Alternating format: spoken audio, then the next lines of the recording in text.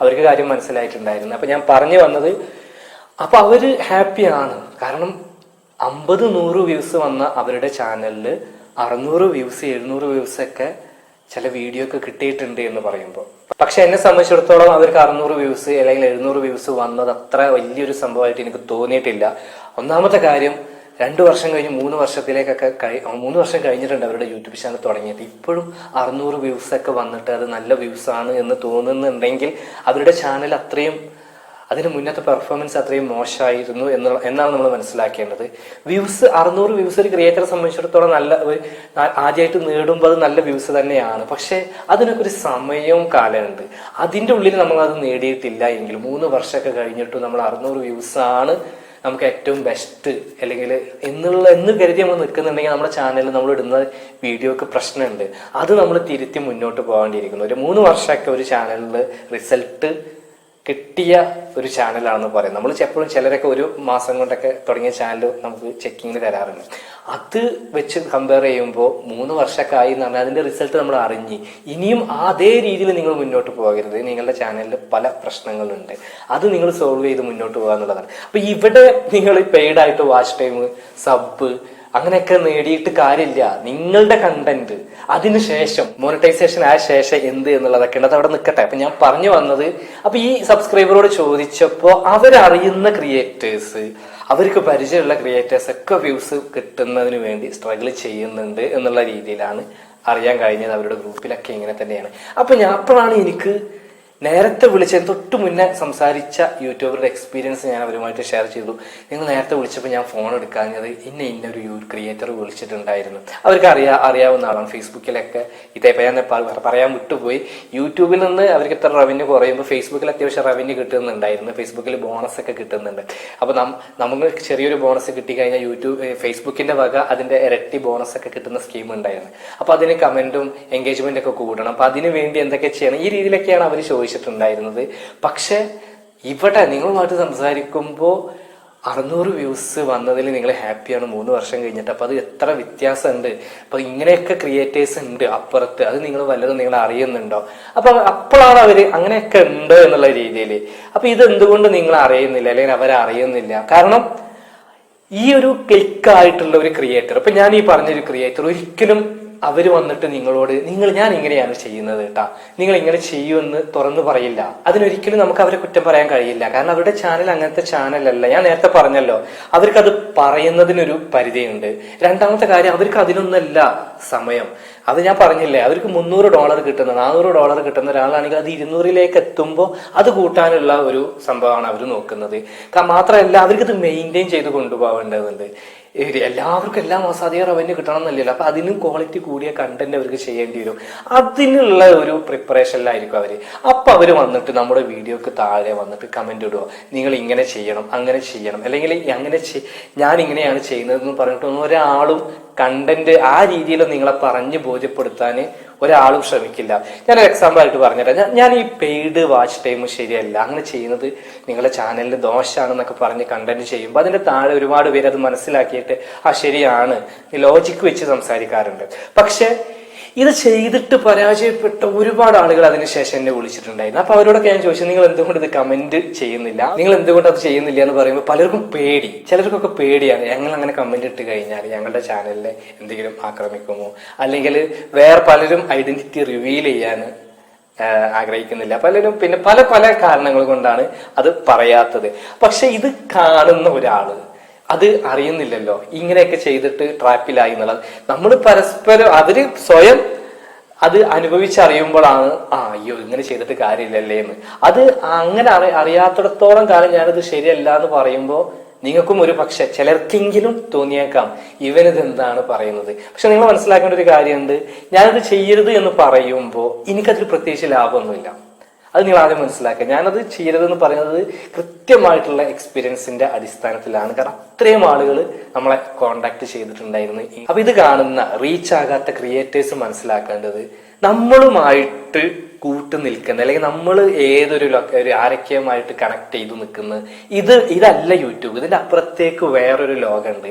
അവര് ഇവിടെ വീഡിയോസ് ഒക്കെ ഇട്ടിട്ട് അത്യാവശ്യം നല്ല റവന്യൂ ഏൺ ചെയ്ത് അങ്ങനെ പോകുന്നുണ്ട്.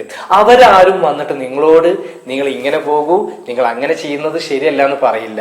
നിങ്ങളോട് വന്ന് പറയും, ആരി നിങ്ങൾ അങ്ങനെ ചെയ്യൂ, നിങ്ങൾ പെയ്ഡ് വാച്ച് ടൈം ചെയ്തോളൂ, നിങ്ങൾക്ക് ഉപകാരം ഉണ്ടെന്ന് പറയുന്നുണ്ടെങ്കിൽ നിങ്ങൾ മനസ്സിലാക്കിക്കോളൂ, അത് അവർക്ക് റവന്യൂ നേടാനുള്ളൊരു മാർഗമാണ്, അവർക്ക് ഏണിങ്സ് കിട്ടാനുള്ളതാണ്.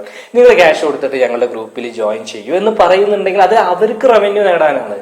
അത് നിങ്ങളുമായിട്ട് അല്ലെങ്കിൽ നിങ്ങൾ അതിലേക്ക് ക്ഷണിക്കുന്നത് എന്തിനാണ്? നിങ്ങൾ റീച്ച് ആകാത്തുള്ള ഒരു ക്രിയേറ്റർ ആയതുകൊണ്ടാണ്. അത് അങ്ങനെയല്ല, അങ്ങനെ ചെയ്യണ്ടെന്ന് പറയാന് റീച്ച് ആയിട്ടുള്ള ഒരു ക്രിയേറ്റർ ഒരിക്കലും നിങ്ങളുടെ അടുത്തേക്ക് വരില്ല. അവര് ഈ ഒരു കമന്റ് സെക്ഷനിൽ ഇല്ല. നിങ്ങൾ കാണുന്നത്, നിങ്ങൾ അറിയുന്നതൊക്കെ റീച്ച് ആകാത്ത ഒരു മേഖല, വേറൊരു വേൾഡാണ്. അവിടെ നിങ്ങളിത് ആരും നിങ്ങളോട് വന്നിട്ട് ഇതൊന്നും പറഞ്ഞു തരില്ല. ഇപ്പൊ എന്റെ ഈ ഒരു ചാനലിൽ എനിക്കറിയാം 99% ആളുകൾ ചാനൽ മോണിറ്റൈസേഷൻ ആവാത്തവരാണ്. കാരണം എന്താണ്? അങ്ങനെയുള്ളവർക്ക് എന്റെ ചാനൽ ഇപ്പൊ നിൽക്കേണ്ട ആവശ്യമുള്ളൂ. നിങ്ങൾ ഉദ്ദേശിക്കുന്നുണ്ട് ചാനൽ മോണിറ്റൈസേഷൻ ആയി റീച്ച് ആയ ഒരാൾ എന്റെ ഈ ഒരു വീഡിയോസ് വരും. ഇപ്പൊ ഞാൻ നേരത്തെ സംസാരിച്ച ആൾ എന്നെ വിളിക്കാറുണ്ട്. അവർ യൂട്യൂബിൽ ലേറ്റസ്റ്റ് ആയിട്ടുള്ള ഒരു അപ്ഡേറ്റ് വന്നു കഴിഞ്ഞാൽ എന്നെ വിളിക്കാണ്. അപ്പൊ ഞാൻ ചോദിക്കും, നിങ്ങൾ എന്താണ് എന്റെ വീഡിയോ കണ്ടില്ലേ എന്ന് ചോദിക്കുമ്പോ കാണണം, അത് അല്ല ഞാൻ എന്തായാലും അതൊന്ന് പറഞ്ഞു തരുമോ എന്നുള്ളത്. കാരണം അവർക്ക് അതിനൊന്നും സമയമില്ല. കാരണം അവരുടെ യൂട്യൂബും ഫേസ്ബുക്കും നോക്കിക്കൊണ്ടിരിക്കുകയാണ്. അപ്പൊ അത് അപ്ഡേറ്റ് അറിയാൻ പോലെ അവര് സമയം സ്പെൻഡ് ചെയ്യുന്നില്ല എന്നുള്ളതാണ് നമ്മൾ മനസ്സിലാക്കേണ്ടത്. അങ്ങനെയുള്ള ഈ ഒരു മേഖലയിൽ നിങ്ങളെ പറഞ്ഞു വന്ന് തിരുത്താനും നിങ്ങൾ ഏത് ട്രാക്കിൽ പോകണം എന്ന് പറയാനും ആരാണ് ശ്രമിക്കുക? നിങ്ങളോട് ഒരാൾ വന്നിട്ട് പറയാണ് നിങ്ങൾ പെയ്ഡ് വാച്ച് ടൈം നല്ലതാണ് എന്ന് നിങ്ങളോട് ഒരാൾ പറയുന്നുണ്ടെങ്കിൽ നിങ്ങൾ ഉറപ്പിച്ചോ, അത് നിങ്ങളുടെ ചാനലിൽ നല്ലതിനല്ല. നിങ്ങൾ പെയ്ഡായിട്ട് ഞാൻ സബ് കൂട്ടിത്തരാം, വാച്ച് ടൈം കൂട്ടിത്തരാം എന്ന് പറയുന്നുണ്ടെങ്കിൽ, അല്ലെങ്കിൽ നിങ്ങൾ പെയ്ഡായിട്ട് നിങ്ങൾ ഞങ്ങളുടെ ഗ്രൂപ്പിൽ ജോയിൻ ചെയ്യൂ, ഞാൻ അങ്ങനെ ചെയ്തു തരാം, ഞങ്ങൾ ഇങ്ങനെ, ഞാൻ പറയുന്നത് എന്താണെന്ന് നിങ്ങൾക്ക് മനസ്സിലായല്ലോ. അങ്ങനെ പറയുന്നുണ്ടെങ്കിൽ നിങ്ങൾ മനസ്സിലാക്കിക്കോ, അതൊരിക്കലും നിങ്ങളുടെ ചാനലിന് വേണ്ടിയിട്ടുള്ളതല്ല.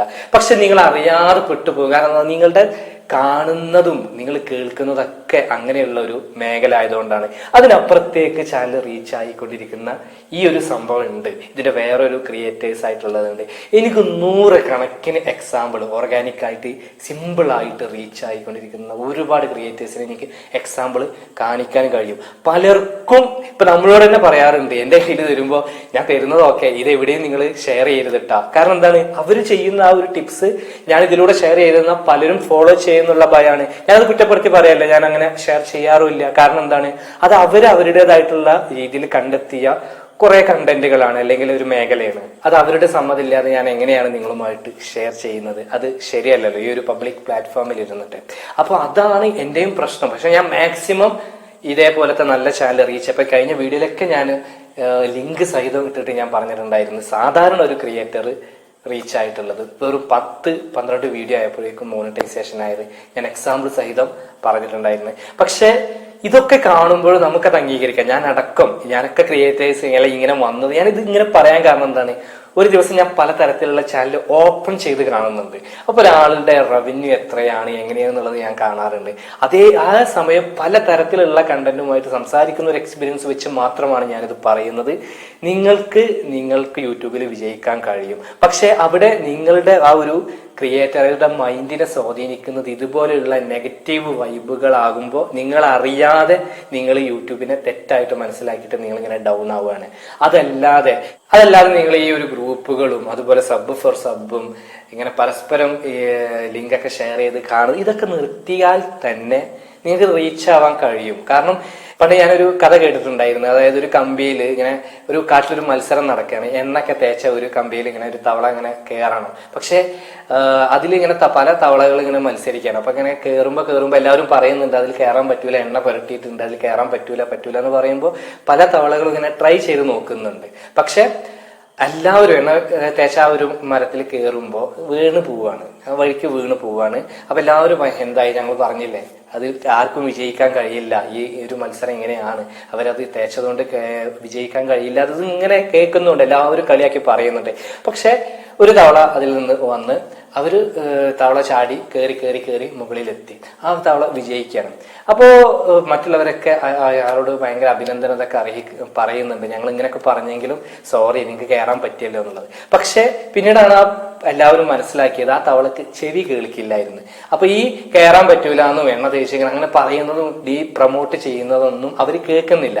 അപ്പൊ നിരുത്സാഹപ്പെടുത്തുന്നതൊന്നും അവരറിയാത്തത് കൊണ്ട് തന്നെ അവർ കൂളായി വന്ന് കയറിപ്പോയി. അപ്പൊ ഇതിൽ നിന്ന് നമ്മൾ മനസ്സിലാക്കേണ്ടത് എന്താണ്? അത്രയേ ഉള്ളൂ. യൂട്യൂബിൽ നമ്മളൊക്കെ എപ്പോഴും വരുമ്പോൾ നമ്മളെ കാതുകൾ അടക്കുക. നമ്മൾ മറ്റുള്ളവർ എന്ത് പറയുന്നത്, വ്യൂസ് കുറവാണ്, സബ് കുറവാണ്, നിങ്ങൾ ഇങ്ങനെ ചെയ്യണം, പെയ്ഡ് വാച്ച് ടൈം ചെയ്യണം, പൈസ കൊടുത്തിട്ട് കുറെ ഗ്രൂപ്പിൽ ചേർന്ന് കഴിഞ്ഞാൽ കുറെ ടിപ്സ് കിട്ടും, അപ്പൊ അതിൽ നിന്ന് നമുക്ക് കുറെ വ്യൂസ് കിട്ടും, പരസ്പരം അങ്ങനെ ചെയ്യാം, ഇങ്ങനെയുള്ളതൊക്കെ കേട്ടിട്ട് നിങ്ങൾ യൂട്യൂബിലേക്ക് വരുമ്പോഴാണ് പ്രശ്നം. ഇതൊന്നും അറിയാതെ നിങ്ങൾ യൂട്യൂബിനെ കുറിച്ച് ഒന്നും അറിയില്ല. നിങ്ങൾ ഇപ്പൊ എന്റെ ചാനൽ പോലെ അല്ലെങ്കിൽ ഇങ്ങനെ ചാനലൊന്നും കാണാത്ത ഒരാള് യൂട്യൂബിൽ വീഡിയോസ് ടൈറ്റിലും ഡിസ്ക്രിപ്ഷനും കൊടുത്ത് തമ്പനയിലും വെച്ച് വീഡിയോ ചെയ്തിട്ടുണ്ടെങ്കിൽ ക്ലിക്കാകും. അങ്ങനെ ക്ലിക്കായിട്ടുള്ള ഒരുപാട് ചാനൽ ഞാൻ കണ്ടിട്ടുണ്ട്. അപ്പൊ നിങ്ങൾ ഈ ഒരു സർക്കിളിന്റെ ഉള്ളിൽ നിന്ന് യൂട്യൂബിനെ വിലയിരുത്തരുത് എന്നാണ് ഞാൻ പറയാൻ ശ്രമിക്കുന്നത്. അപ്പൊ നിങ്ങൾ ഒരിക്കലും ഇതുപോലെയുള്ള രീതിയിൽ യൂട്യൂബിനെ മനസ്സിലാക്കിയിട്ട് ഇതാണ് യൂട്യൂബ് എന്നുള്ള രീതിയിൽ മുന്നോട്ട് പോകരുത്. അങ്ങനെ മുന്നോട്ട് പോകുമ്പോൾ തന്നെ നിങ്ങളുടെ യൂട്യൂബ് ഡൗൺ ആവും, ചാനൽ റീച്ച് ആകാൻ ചാൻസ് കുറവാണ്. നിങ്ങൾ പോലും അറിയാതെ ആ ഒരു നെഗറ്റീവ് വൈബ് നിങ്ങളിലേക്ക് എത്തിയിട്ടുണ്ടായിരിക്കും. നിങ്ങളിവിടെ ഫ്രഷ് ആവും. നമ്മൾ നേരത്തെ തവളനെ പറഞ്ഞ പോലെ നമ്മൾ അതെ ഞാൻ ഒന്നും അറിയാത്ത ഒരാളാണ്, ഞാൻ ജസ്റ്റ് യൂട്യൂബിൽ, എനിക്ക് ആരുടെയും ഒരു സപ്പോർട്ടൊന്നും വേണ്ട. നമുക്ക് കിട്ടാനുള്ള എല്ലാ വ്യൂസ് വരാനുള്ള എല്ലാ ടൂളുകളും യൂട്യൂബ് തന്നെ നമുക്ക് നൽകിയിട്ടുണ്ട്. അതിനെക്കുറിച്ച് നമുക്ക് ഡീറ്റെയിൽ ആയിട്ട് പറയാം. പക്ഷെ ഈ ഒരു കാര്യം മനസ്സിലാക്കാതെ നിങ്ങൾ യൂട്യൂബിലേക്ക് പോയി കഴിഞ്ഞാൽ നിങ്ങൾക്ക് വിജയിക്കാൻ ചാൻസ് കുറവാണ്. അതുകൊണ്ടാണ് ഈ 2 വർഷം 3 വർഷമൊക്കെ ആയിട്ടുള്ള ക്രിയേറ്റേഴ്സിനെ നിങ്ങൾ കാണുന്നത്. അപ്പുറത്ത് 1 മാസം കൊണ്ട് റീച്ച് ആയിട്ട് പോയ ആളുകളുണ്ട്. അവരാരും നിങ്ങളുടെ ഗ്രൂപ്പുകളിൽ വന്നിട്ടോ അല്ലെങ്കിൽ നിങ്ങൾക്ക് പേഴ്സണൽ മെസ്സേജ് അയച്ച് നിങ്ങളെ ഡയറക്റ്റ് ആയി വന്നിട്ടോ വന്ന് പറയില്ല ഞങ്ങൾ ഇങ്ങനെ റീച്ച് ആയിട്ടുണ്ട്, നിങ്ങൾ പോകുന്ന ട്രാക്ക് ശരിയല്ല എന്നുള്ളതും. നിങ്ങൾ അപ്പോഴും പരസ്പരം ഇതുപോലെ യൂട്യൂബിനെയും കുറ്റം പറഞ്ഞൊക്കെ അങ്ങനെ പോകുന്നുണ്ടായിരിക്കും. അപ്പൊ ആ ഒരു അവസ്ഥ ഇത് കാണുന്ന ഒരാൾക്കും വരരുത് എന്നുള്ള ആഗ്രഹം കൊണ്ടാണ് ഞാൻ ഇത്രയും പറഞ്ഞത്. അപ്പൊ നിങ്ങളുടെ ഒരു മെന്റാലിറ്റി മാറ്റിയിട്ട് നിങ്ങൾ യൂട്യൂബിലേക്ക് വരിക. അതിനുശേഷം നമ്മൾ ഈ പറഞ്ഞിട്ടുള്ള അല്ലെങ്കിൽ യൂട്യൂബിൽ ശ്രദ്ധിക്കേണ്ട കാര്യങ്ങൾ നിങ്ങൾ ഫ്രീ മൈൻഡിൽ നിങ്ങൾ യൂട്യൂബിലേക്ക് പോയിക്കോളൂ. ഒരു പ്രത്യേക കാറ്റഗറി തിരഞ്ഞെടുത്ത് നിങ്ങൾ വീഡിയോസ് അങ്ങനെ ചെയ്ത് കഴിഞ്ഞാൽ 100% നിങ്ങൾക്ക് ക്ലിക്കാകാൻ കഴിയുന്നതാണ്. അപ്പൊ ഈ ഒരു വീഡിയോ നിങ്ങൾക്ക് അത്യാവശ്യം ലെങ്ത് കൂടിയിട്ടുണ്ട്, പക്ഷെ എനിക്ക് നിങ്ങളുമായിട്ട് ഷെയർ ചെയ്യേണ്ട ഒരു കാര്യം ഞാൻ പറഞ്ഞതാണ്. അപ്പൊ എന്തായാലും ഈ ഒരു വീഡിയോ നിങ്ങൾക്ക് ഉപകാരപ്പെട്ടു എങ്കിൽ തീർച്ചയായിട്ടും നിങ്ങൾ ലൈക്ക് ചെയ്യുക. നിങ്ങളുടെ അഭിപ്രായങ്ങൾ നിർദ്ദേശങ്ങളൊക്കെ താഴെ കമന്റ് ബോക്സിൽ രേഖപ്പെടുത്തുക. മാത്രമല്ല നിങ്ങൾ ആദ്യമായിട്ടാണ് ഈ ചാനൽ കാണുന്നതെങ്കിൽ ചാനൽ ഒന്ന് സബ്സ്ക്രൈബ് ചെയ്യുക, കൂടാതെ ബെൽ ബട്ടണും കൂടി അമർത്തുക. അപ്പൊ ഈ ഒരു വീഡിയോ കാണുന്ന നിങ്ങളുടെയൊക്കെ ചാനൽ എത്രയും വേഗത്തിൽ ചാനൽ മോണിറ്റൈസേഷൻ ആകട്ടെ, അതുപോലെ മാസം റവന്യൂ കിട്ടട്ടെ എന്ന് ആശംസിക്കുന്നു, പ്രാർത്ഥിക്കുന്നു. അപ്പൊ മറ്റൊരു യൂസ്ഫുൾ ആയിട്ടുള്ള യൂട്യൂബ് ടിപ്സുമായിട്ട് നമുക്ക് വീണ്ടും കാണാം. അതുവരെ ബൈ.